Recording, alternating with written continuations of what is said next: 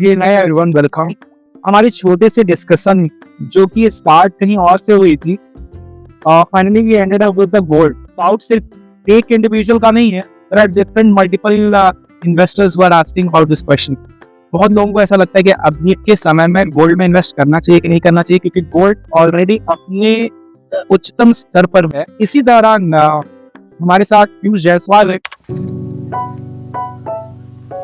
तो मैंने सोचा कि क्यों ना ये इन्फॉर्मेशन आप लोग तक पहुंचाया जाए। हाउस वाइफ ने तो ऑलरेडी ढेर सारा गोल्ड खरीद के रखा हुआ है, तो एक्सपर्ट की एडवाइस तो चाहिए नहीं, because they are good expert, right? Exactly. तो हम तो मतलब रैली की बात कर रहे हैं, ऐसा रैली हुआ है। कंफ्यूजन यही है, एज यू सेड, कि आगे क्या होगा। यदि आप ये देखना चाहते हो कि पर्सनल फाइनेंस के तौर पे गोल्ड में क्या करना चाहिए, तो इंडिया में गोल्ड एक इमोशनल फीलिंग है। हमारे एंसेस्टर ने कभी गोल्ड रिटर्न के लिए खरीदा ही नहीं।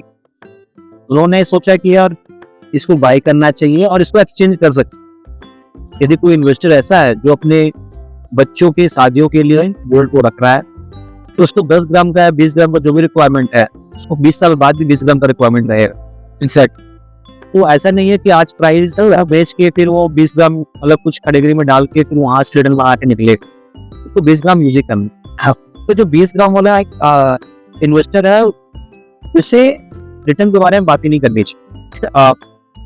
उसको तो देखना चाहिए एक्यूमुलेट आज कितना है। यदि आप 10 ग्राम एक्यूमुलेट करके रखा है, किसको 10 ग्राम का प्लान करना चाहिए और कैसे एक्यूमुलेट कर सकते।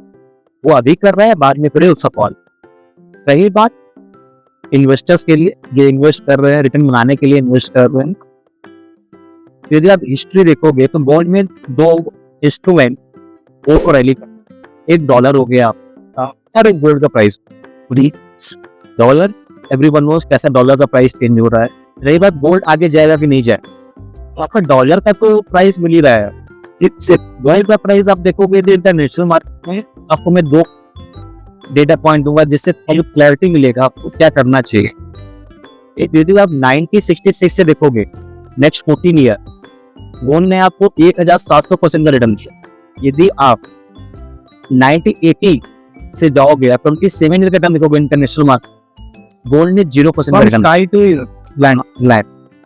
और गोल्ड का जो सिनेरियो चेंज हुआ आपका 1944-45 में, जब ब्रिटेन को एग्रीमेंट ऑफ वर्ल्ड वॉर 2 का टाइम था, आप देखोगे डेटा पॉइंट, वहां से जब डॉलर को गोल्ड को रिप्लेस करके डॉलर को पोजीशन किया गया, अभी करंट सिनेरियो में अपोजिट हो रहा है। यहाँ पे हम डॉलर को रिप्लेस कर रहे हैं देश से, क्योंकि 2-2.5 साल पहले भी किसी को नहीं पता था डबल डिजिट रिटर्न हाउस वाइफ्स no. So housewife are the better fund manager than any other fund manager in India. We are taking more risk compared to us. So हाँ, अगर आप हाउसहोल्ड हैं तो खरीदते रहिए, आपके पैटर्न से कोई डिफरेंस नहीं है, क्योंकि आपकी तो जरूरत है। हाँ, अगर आप इन्वेस्टर हैं और इन्वेस्टमेंट पॉइंट ऑफ व्यू से इन्वेस्ट करना चाहते हैं, ये मत देखिए कि ऑलरेडी कितना रैली कर चुका है, आगे क्या होगा।